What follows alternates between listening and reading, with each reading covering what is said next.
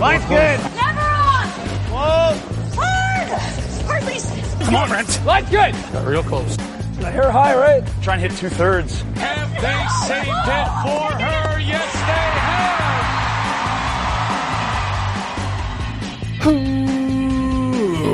Welcome to Game of Stones, everybody. I am Sean Graham. Scott alongside, as always. Hello, Scott. Sean, I'm back. Ready to talk some curling. Yeah, here we go. A lot going on. Well, actually, not that much going on. There's one event left, and then the season's over. Well, the season's over in our eyes, but it just means that the season for arena curling is starting up in some venues around the world. That's true. That is very true. For those of you who do arena curling, especially those of you south of the border, a lot of folks that do have seasons kicking off here, but the season for us is pretty much done. The 4-person game has been done now for a little bit. Scott, our season isn't fully done as we're releasing this. We still have the Gordy Perry Bonspiel, and you and I are kind of one player on that. Oh yeah, how many players are on our team? At least 6. I'm hoping 7, but yeah, okay. I'm playing the first game or 2, and while you're out of the country, and then you're going to play the final however many games as I'm out of the country, and then other people are coming in. Last year, I think we had 7 people play for us over the course of the event, and by the finals, which somehow we made it to, we only were able to field a team of 3. So we'll see what this week holds. Yeah, I should have been more disponible. Available, I guess. They always say the best of ability is availability. Yep. And I didn't come through for the team last year, but this year, Sean, like you said, we're going to be switching off responsibilities, and I'm looking forward to it. It's the 61st Gordy Perry. So yeah, let's go. Yeah, it's always a good time at the Gordy Perry Bonspiel. So hopefully everyone has a good time at that one. But before we turn our attention to that and the off season and what we're going to be doing next month, let us, Scott, get into the 2025 Mixed Doubles World Championship. This is the final World Championship on the docket for 2025. And it is also the last chance for nations to qualify for the Olympic Games without having to go through that last chance qualifier next year out in BC. Scott, the mixed doubles qualification for the Olympics is slightly more complicated, I would say, than it is for the 4-person game. That's because the point values are different. So in the 4-person game, if you win, you get 15 points, then 13, then 11, and then it goes down by 1. In the mixed doubles, first place gets you 27 big points, and then it goes down to 23, then 20, then 18, then 16, and then 1 point down most of the rest of the way with some variance in there. So what that means, Scott, is that if you're Canada or Scotland or Korea, which right now have the final 3 spots, they have 16, 15, and 14 points respectively. The teams behind you, Japan, the USA, Germany, and China, because there's such a differentiation in the points, if one of them finishes, say, in the bronze medal spot, even if you have a good week and finish in the playoffs, say 6th, they can leapfrog you much more easily than they would in the 4-person game. So those countries are in good shape as it stands, but you still have to have a pretty good week here. Yeah, and we saw that with the wheelchair worlds, right? For the qualification for the Paralympics, that Team Canada had a really great week, but were knocked out in that first quarterfinal and ended up outside looking in to the Paralympic Games. So we're going to have to see big weeks from those teams on the cusp, as you said. The team like Sweden, having finished in first place, pretty good shape for next time. But there is a theoretic possibility that Sweden finishes dead last. It only gets 1 point and then doesn't qualify for the Paralympics. Theoretically and mathematically possible. I don't think it's actually possible, but it is possible. It's possible, but very unlikely. Yeah, and again, just because of the way the points are allocated, it's different than in the 4-person game. So there's a lot more variables at play here this week than we had at the men's and women's world championship as it relates to the Olympic qualifiers. For sure.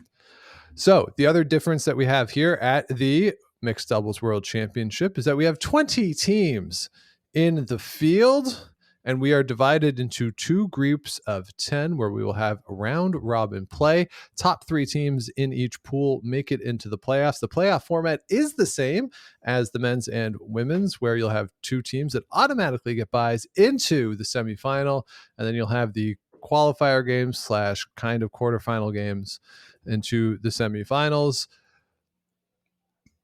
And there's just a lot of variability with mixed doubles. So, this is one, and again, you can play more games in the day. This is one where I think a page makes a little more sense than maybe the 4-person game, just time-wise, but this is the format, so this is what we do. Yeah, and I think they want to make it fair across disciplines so that they're not using a page in one discipline versus another, where they're not.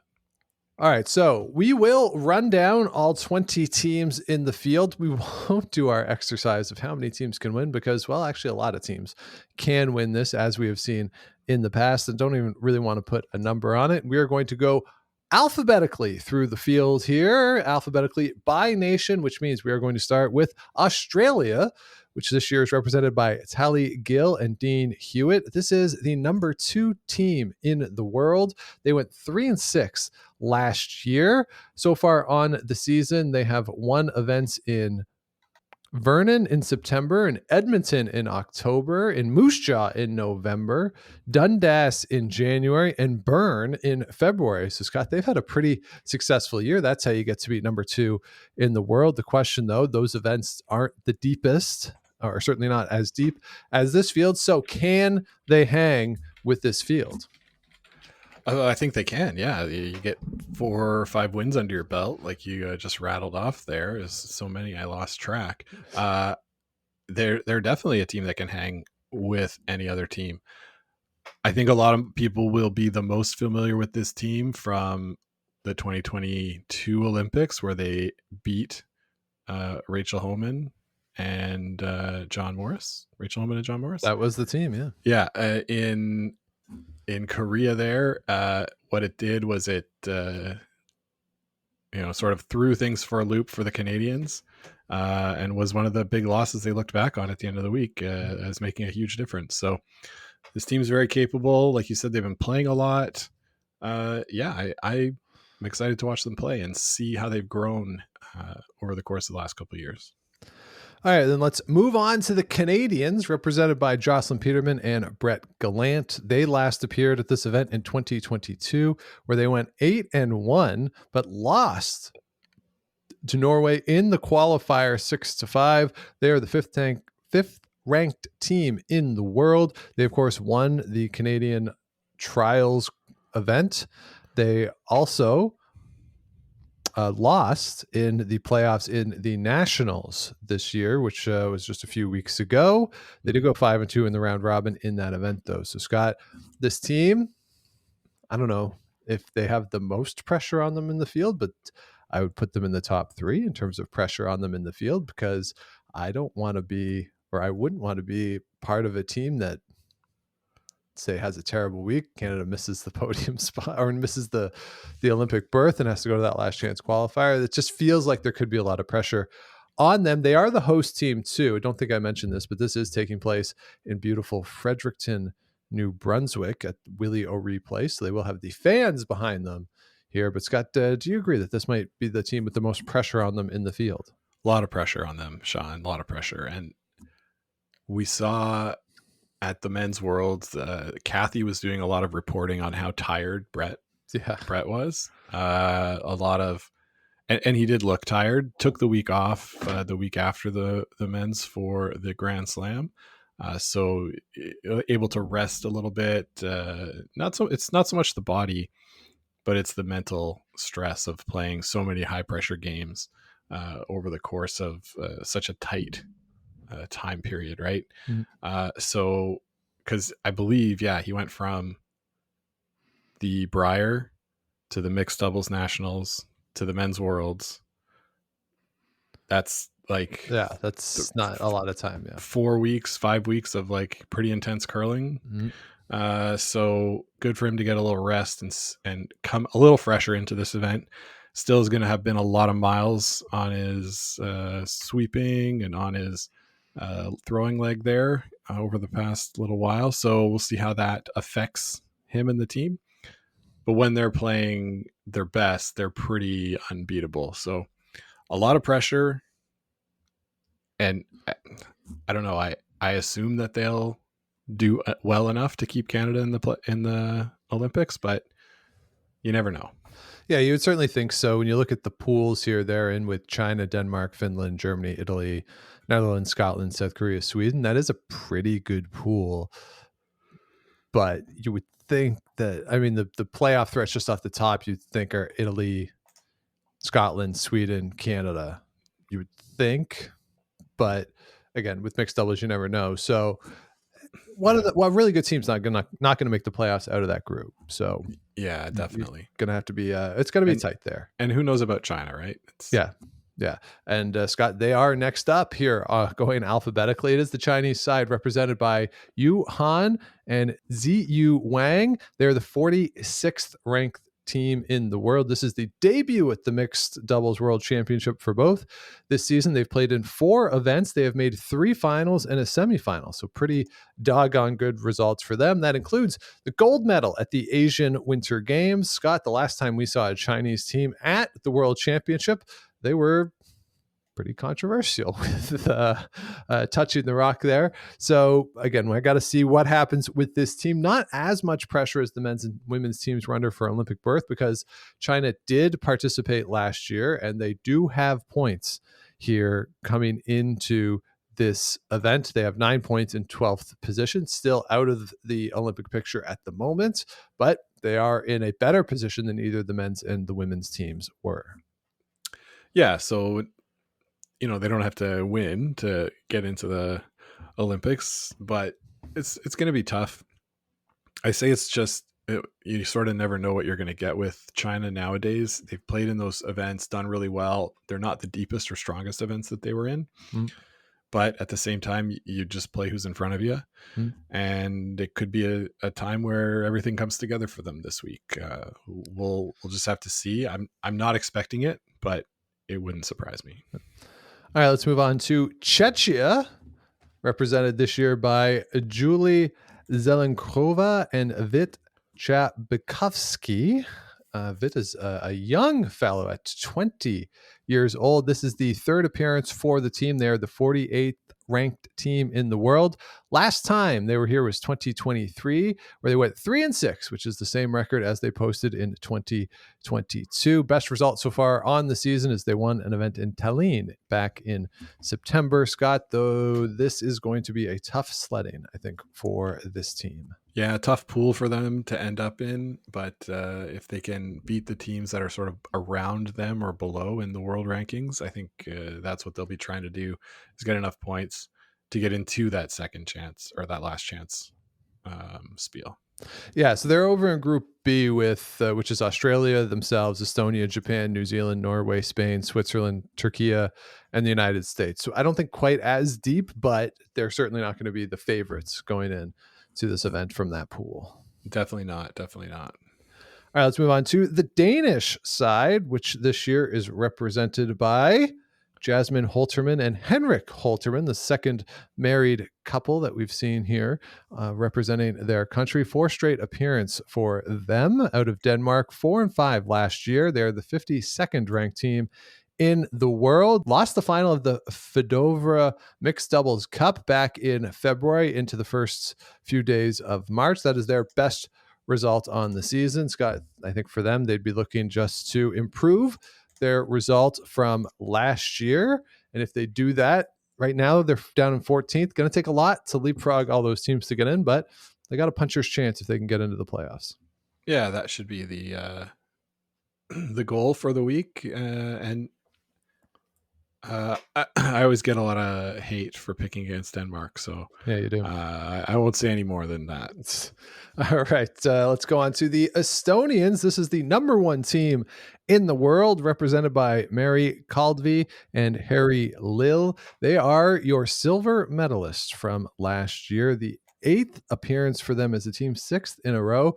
They only went 6-3 last year, but were able to get through the playoffs to that gold medal game, where, as I said, they won the silver medal. They beat Canada and Norway in the playoffs, lost to the eventual champion Sweden. In the final, they have won events in Tallinn, Calgary, Madison, Fredericton, Loads.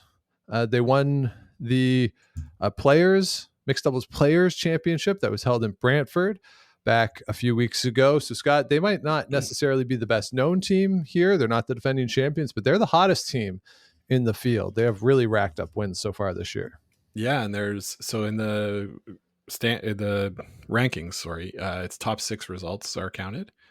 So they've also played 1, 2, 3, 4, 5, 6 other events in which they earned fewer points than they had in their top 6, but they also won 2 of those. So yeah, definitely this team on a roll, and I think a dark horse, right? I don't think a lot of Canadians, especially watching, will be thinking that Estonia has a chance, and so I think they'll have a good week. I think so. I mean, hard to say that the number one ranked team in the world is a dark horse.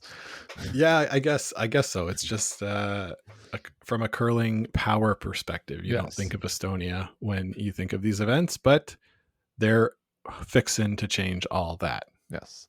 All right, let's move on to Finland making their return to this event. They did not qualify in 2024. They're represented by Lotta Amonen and Marcus Sipola.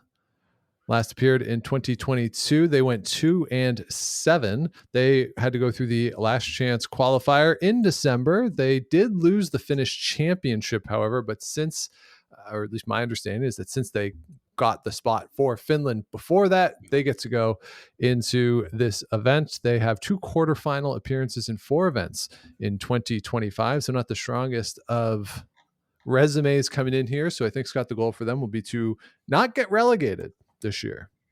Yeah, I think that's a pretty good ambition for this field. It's going to be, for this week, it's going to be pretty tough given the field. And they've got like a pretty soft-ish start, I would say. They've got Korea, Germany. Maybe I take it back. Yeah. Italy, Korea, Germany, Scotland, first 4. But it's a pretty stacked pool A. It is. It really is. So let's talk about another team in that pool then. It is Germany, represented by Pia-Lisa Scholl and Joshua Suter. This is the 6th appearance for Scholl, but the first for Suter. They are the 3rd ranked team in Germany, 116th overall. Last time for Scholl was 2023. She went 2-7 with Claudius Harsch. So a new partnership here. They won the event in Prague back a few weeks ago and actually beat Harsch with his new partner, Amira Abez. So kind of interesting there in sort of the most recent event. But here you go, Scott. You got first timer debut for Suter, some experience here with Scholl. Germany has been hit and miss so far this season in the World Championships, not getting into the women's field. Okay-ish result in the men's field. If a little disappointing for Mark Miskatowicz and his guys, given the success they had at the Euros. So see what happens here at the mixed. Yeah, tough break there. A bit of a harsh dismissal from her old teammate, but comes in and it's going to be facing Canada right off the bat. It's going to be tough.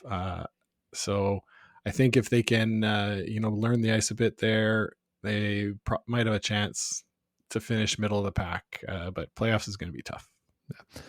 Yeah. Should note that they, as Germany, are 11th right now in the Olympic qualifying standings. So got to jump at least 3 teams. Of the closest are Korea, Japan, and the USA. So within striking distance for them. Let's move on to a team that doesn't have to worry about qualifying for the Olympic Games. That is Italy. They're going to be represented by the defending Olympic gold medalist of Stefania Constantini and Amos Massaner. They are not ranked in the world because they haven't really been playing together. Constantini and Sizza has been the team there in the 200s ranked. So not a lot of on tour action for Italy. So Scott, it seems to me, and I've not sort of confirmed this, but that they've decided as the Italian curling is to run it back now. Is that Constantini's been playing with other people on mixed doubles. Last year they were 6-3, not playing together. It was Constantini and Francesco De Zena. So here we have the two of them back together. It looks like they're going to make that run to defend that gold. Yeah, so this is sort of a tune-up event for them to reacquaint themselves with each other. I'm sure that's not the case, but in competition, that looks like what they're going for here. Yeah, and why not? Right? Yeah, it could. Can you catch lightning in a bottle twice? Probably not, but worth a shot. Worth a shot. All right, Scott, let's move on to the Japanese representative. They are Chiaki Matsumura and Tanita Yasumasa. This is the third appearance for them. They went 8-1 back in 2023. They lost to Norway in the semifinal and lost to the Americans in the bronze medal match. They are the 11th ranked team in the world. They also went 6-3. They're in their appearance in 2022 where they missed the playoffs. They won an event in Sudbury in October. They won the Japanese Nationals in December, and in January had a semifinal appearance out in Fredericton. Scott, Japan, always a threat in these world championship events. Again, looking at the Olympic qualification, they're the first team out at the moment. So some pressure here, but certainly a team that can go on a run and make the playoffs. Yeah, and I think the first part of their schedule is going to be the most important. They open with Spain, then have a pretty tough game against Norway, then Czechia, then Australia, who seem to be the other teams that they might be fighting for that last playoff spot with over there in pool number B. So the start for this Japanese team is what I'll be watching for. Yeah, it'd be really important for them to get off to a good start and get the momentum rolling for them. Scott, another team I think it'll be important to get a good start for is the Korean side. They're represented by Kim Kyeonege and Seong Ji-hoon. They're the 54th ranked team in the world, but they, despite not having appeared at the Mixed Doubles World Championship before, are coming off a silver medal at the Asian Winter Games earlier this year. They made the quarterfinals at the Mixed Doubles Players Championship a few weeks ago out in Brantford. And looking at the Olympics, they are the last team in at the moment, 2 points ahead of Japan.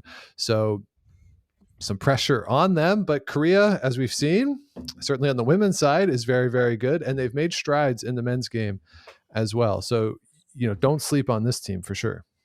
No, don't sleep on them. Sean, are they? They're a young team, yeah. I believe so. Yes, I believe so too, and so yeah, they've got a lot of pressure on them. If we thought Canada had the most pressure, this Korean team has a lot of pressure to maintain that number 8 position in the Olympic qualifying, and it's going to be pretty tough. They're in that pool A with Sweden, Scotland, Canada, Italy as the clear top 4. So they're going to need to beat all those other teams below them and then hope for some draw shot challenge luck to stay high in those standings. Another team it's going to be tough for are the Dutch, this year represented by Lysenka Bomas and Wouter Goskins, third appearance for Wouter. They are 79th in the world. Last year, Wouter was 3-6 with Vanessa Tonoli, 4-5 in 2023. They have played Wouter this year has played 4 events in the mixed doubles and has not made the playoffs in any of them. So sad for Wouter. We love Wouter, want to have good results. 13th right now in the rankings at 8 points for the Olympics. I don't know, Scott. I feel like Wouter is going to have double duty in the last chance qualifier next year in Kelowna. Probably. But Sean, where there is a Wouter, there is a chance for Wouter mania. There is. And the problem though is Fredericton Wooter, but the problem is Wooter mania comes on the last shots where he's throwing quad run back angle triple takeouts, and he's not throwing the last here. I guess that's true. He's going to have to set up his teammate for the mania, and so maybe we'll call it Lysenko mania. Yeah. We'll see. No better place for that to happen than Fredericton. Happen in nightlife in Fredericton. Yeah. Lots of things to do, places to go, but yeah, we wish them the best. But yeah, I kind of see a trip to Kelowna in their future. Yeah. Well, if he's going anyway, so why not play 2 events? Get your money's worth, Wooter. Beautiful day for curling. Yeah. Why not play 2? All right, let's move on to New Zealand, and it is the brother-sister tandem of Jessica and Ben Smith. They are the 95th ranked team in the world. This is their debut at the Mixed Doubles World Championship. They got in through the qualification event in December. That is their best result on the season, Scott, as we've seen with New Zealand at other world championships.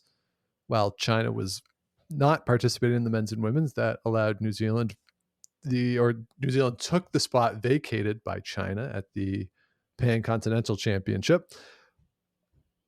Not a lot of success on the world stage for New Zealand. So it's going to be, I think, a tough week here for the Smiths. Maybe. Yeah, probably. But, they've got legend Kim Tuck on the bench as their coach. I think they're going to, put up tough games at least. Yeah, I would think so. They play in Canada a lot. Both the men's and women's New Zealand teams, and they do in the mixed doubles as well. So a lot of experience, and they've played a lot of the top teams. It's part of growing a program. Exactly. Yeah. And on their way. Yeah. All right, let's move on to Norway and Kristen Skadlien and Magnus Nedregaten. Scott, this is your silver medalist for back in 2021. They went 7-2 last year, lost to Estonia in the semifinal. They this year have won the event in Tallinn in February. They lost the final of the Players' Championship back a few weeks ago. So certainly a team that you would expect to be in a podium position or a podium threat at the very least. They are 4th right now in the rankings, but that includes Italy as being first. So 3rd overall after their bronze medal finish last year. So Scott, I think they'd be looking to secure their place, and I think they will do so. I think so too. This team is probably a lock for the playoffs.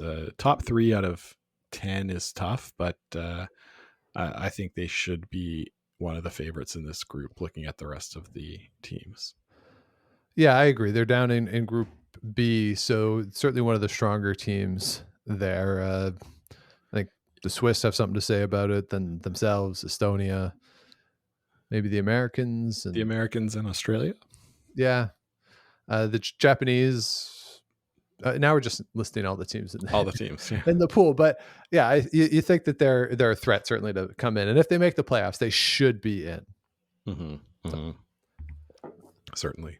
All right, Scott, let's move on to the Scottish team represented by Jennifer Dodds and Bruce Mowat. They're the 8th ranked team in the world. 7th appearance at this event for Bruce Mowat, 3rd for Jennifer Dodds. They are your 2021 gold medalist in this discipline. They were 7-2 in their last appearance in 2023, where they lost to the Americans in the qualification, the eventual world champion team that year. So far this season, they won an event in Stad in October and another one in Gothenburg, Sweden in December.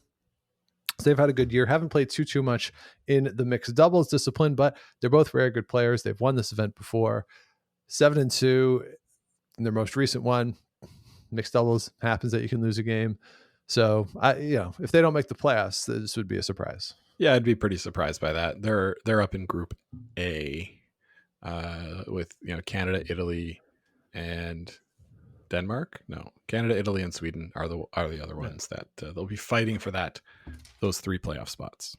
Yes. So we'll see who comes out of that. We'll see. I mean, Italy has struggled at the men's and the women's, so we'll see what happens. And Constantini and Mosana haven't played together a lot, so I mean, they're probably the fourth out of those four at the moment. But again, they won the gold medal, so see what happens. And Bruce Mount just won a world championship. So yeah, that's right.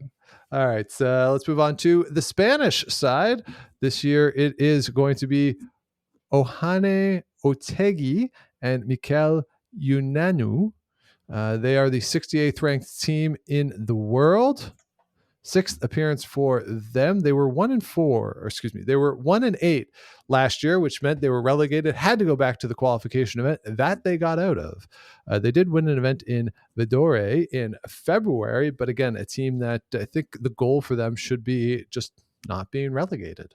Yeah, definitely. And we'll see if they can pick up a win against New Zealand, maybe Turkey, to avoid that relegation. I think that's what they're going to be aiming for. All right, let's move on to the Swedish team represented by Anna Hasselberg and Oscar Eriksson. These are your 2019 gold medalists at the World Mixed Doubles Championship. 47th ranked team in the world, not playing that much out on tour. They've played 2 events, made 2 semifinals, but Scott, they're both very, very good players, so you can't take that ranking too seriously. And again, they have won this event before.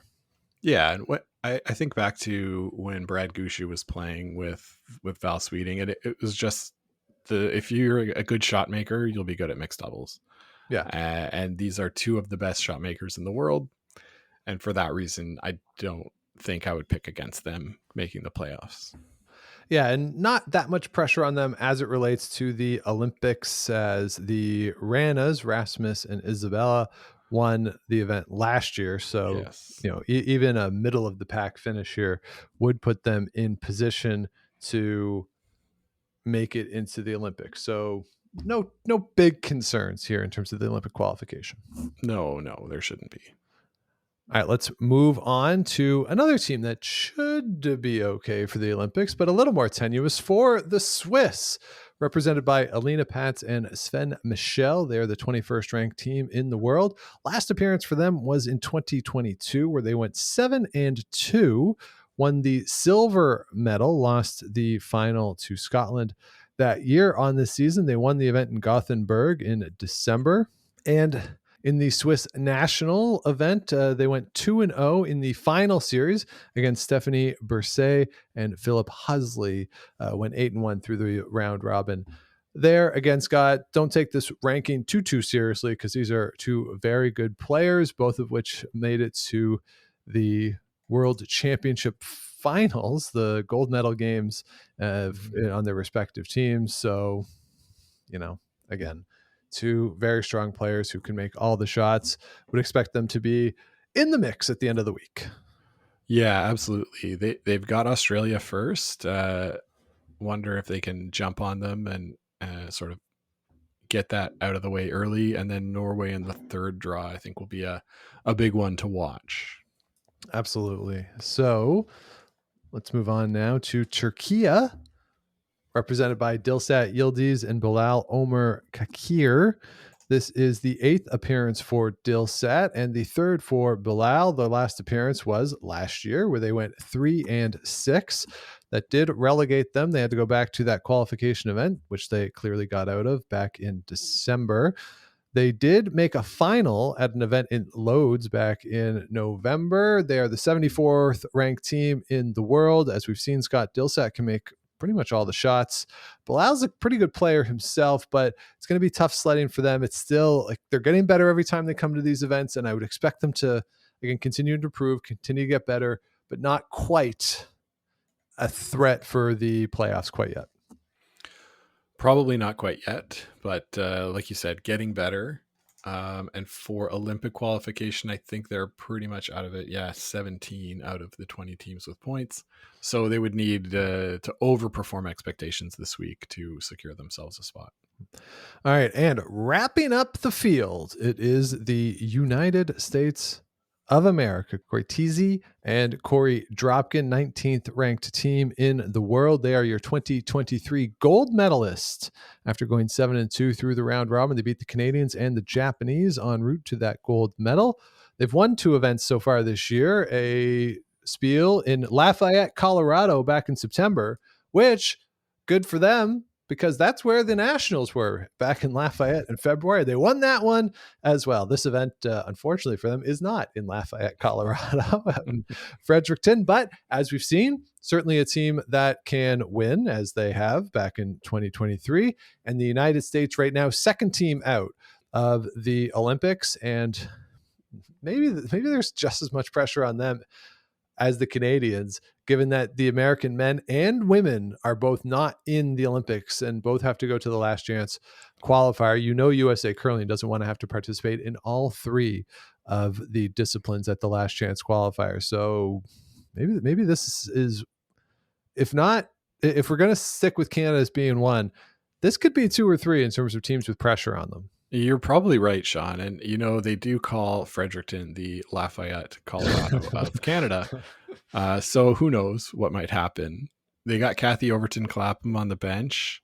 And what we saw from Corey Dropkin at the men's worlds was, a 4-8 finish, but it was really closer than that. And they sort of faded at the end of the week. But he was having to make a lot of difficult shots in front of him. And so not really given the best opportunity. But in this mixed doubles game, if they can get their rocks in the right position, I think they're as good as anyone when it comes to shot making. So this is a team that I'd be looking for to sneak into the playoffs and then maybe go on a run and secure that Olympic berth for USA. Yeah, and certainly, as we said, they are capable of it. So, Scott, those are the 20 teams in the field. Let's go through, as we are wont to do, and pick our podiums for the 2025 Mixed Doubles World Championship. Again, a lot on the line here for the Olympic Games. Scott, you are on a heater, as you have gotten the Scotties, Brier, and 2 world champions. So anybody want to take this one to the bank? Here you go. Scott's about to win you some money. Maybe I should take my own advice and take some stuff to the bank. So for the podium, give me Scotland, give me Canada. And do I go down to Pool B? Do I go for an Estonia podium finish? I think I'd like to take Norway out of Pool B. Okay. So, and give me Norway as your champions, Sean. I just got a feeling about it. So you're going with Skaslin and Nidgrotten for the championship. I'm going to go with 2 teams out of Pool B on the podium. I will go with the Estonians. I will also go with the Swiss, and give me Sweden as my other podium team. And I'm going to go with, I think, the Swiss to win. I think it's, just they've made the finals in the men's and the women's. Now they will break through and get that elusive world championship. They can't go a whole 2 years without a world championship, can they?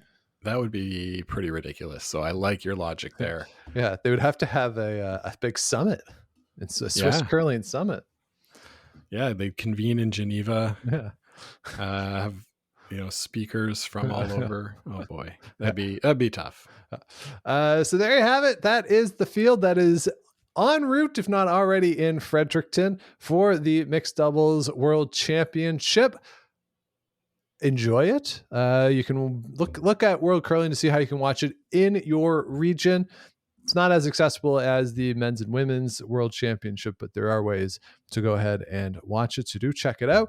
And we will be watching and waiting for the results, but we will not, sadly, have a full recap of the events out in Fredericton, because next week, as the event is going on, we have another thing planned that will drop, and then, Scott, it's movie May for us. So that's right. there you go. It's going to be a whole week or a whole month of reviewing curling related films and TV shows. And it's going to be a lot of fun. So we won't do a full breakdown of the mixed doubles world championship because of that. So when we get into June, we will talk about what to look forward to for this upcoming season with Olympics and all that. So we'll talk about the ramifications of this for the Olympics, but just given that it's going to be into May when this event finishes, it's just a bit much for doing a breakdown and schedules and all that. So there you go. That's how we're going to be treating the mixed doubles world championship this year. So Sean, you are teasing movie May. Yeah. What's up next week? Well, what is up next week? Well, Scott, before we get to movie May, we're going to stick with the multimedia review theme and get things going with the 2025 curling commercial rankings. This is always a lot of fun for us. There were new commercials this year that we need to discuss and break down. So that is what next week is going to be. And then we will get into movie May. So it'll actually be like 5 or 6 weeks in a row of talking about things that we have watched that are not specifically curling. Love it, Sean. It's getting to summertime. It's what we got to do, right? We got to do it to get through it. Yes. So the first one will be a old movie from Library and Archives Canada that's part of a big series. We'll talk all about it, but we got a lot of stuff coming up in movie May, so it should be a lot of fun. But before we get there, we do have the curling commercial rankings. So if you want to hear that one and everything else we got coming up, please do subscribe wherever you get your podcast, like, rate, comment, all that good stuff. Helps other people find the show, keeps us growing. Head on over to GameStonesPod.com. All past episodes are there under the podcast, under the episode tab. You can also find the merch available on the website. And we are on the socials at Game of Stones Podcast on Facebook. And if you want to let us know what you want to hear on the show, GameOfStonesPodcast@gmail.com. So Scott, I don't know, what else is going on here? Did you go get post-Easter chocolate this week? Is that something you're into? Sean, I always look to get that post holiday chocolate, be it Halloween candy, Easter chocolate. Yeah, you can get some good stuff at Christmas too. Valentine's Day is probably a hidden one that a lot of people don't think of. Post Valentine's Day, that's the one. But Sean, the Rexall near my house is closed. It looks like they're knocking it down and building a giant condo tower there. Okay, but where will people get their prescriptions? So they've relocated to another location close by. So it's a little bit further for me. So it's not quite as convenient to just pop in there every now and then, But last time I went after Halloween, nothing. It was like they took it all out. Like they didn't want people to get those deals. And Sean, there's a friend of mine from university named Brooke. And Brooke, every year since we were in university, would do his post-Halloween candy run, calls it Sugar Run. Okay. And would go to a bunch of different stores all around the Vancouver area and wrote like a newsletter style breakdown. Nice. Which has since become a social media post, since it started in the days before social media. Right. Believe it or not, those existed. And even he, in his posts the last few years, has noticed a steep decline in the availability of cheap sugar. Wow. Post Halloween. So, Sean, what do they say? You wish you knew that you were in the good old days while you were in them. That's right. I think we were in the good old days when it came to candy, and now it's gone. Yeah. Well, it seems like I've already seen, like you already see sales. Like last week I saw sales already. So like if the sales are coming then, like, and also they put the stuff out for Easter in February, and the same thing, the stuff for Halloween comes out at Labor Day. So I mean, that's right. I don't know if just they figured out the way to sell enough that they don't have a lot left, or everybody does this and by an hour after opening at all these places, it's all gone.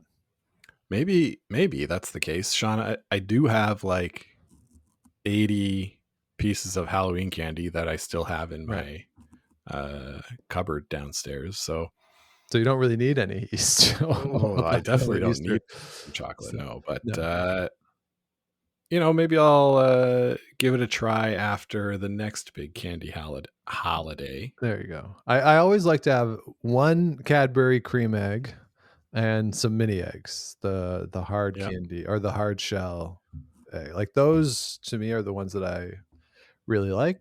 And I mean, not that I dislike any of the other stuff, but it's and it's late this year. You always I don't know. It's better when it's cold. I don't know. It's a whole thing. But hey, I hope y'all had a wonderful long weekend. And if you are or if you were on the search for cheap candy earlier this week, hopefully you were successful. So with that, we will call it a day, and we'll be back with you next week to talk some curling commercials. But until then, keep those brooms on the ice and don't dump that intern. Make the final.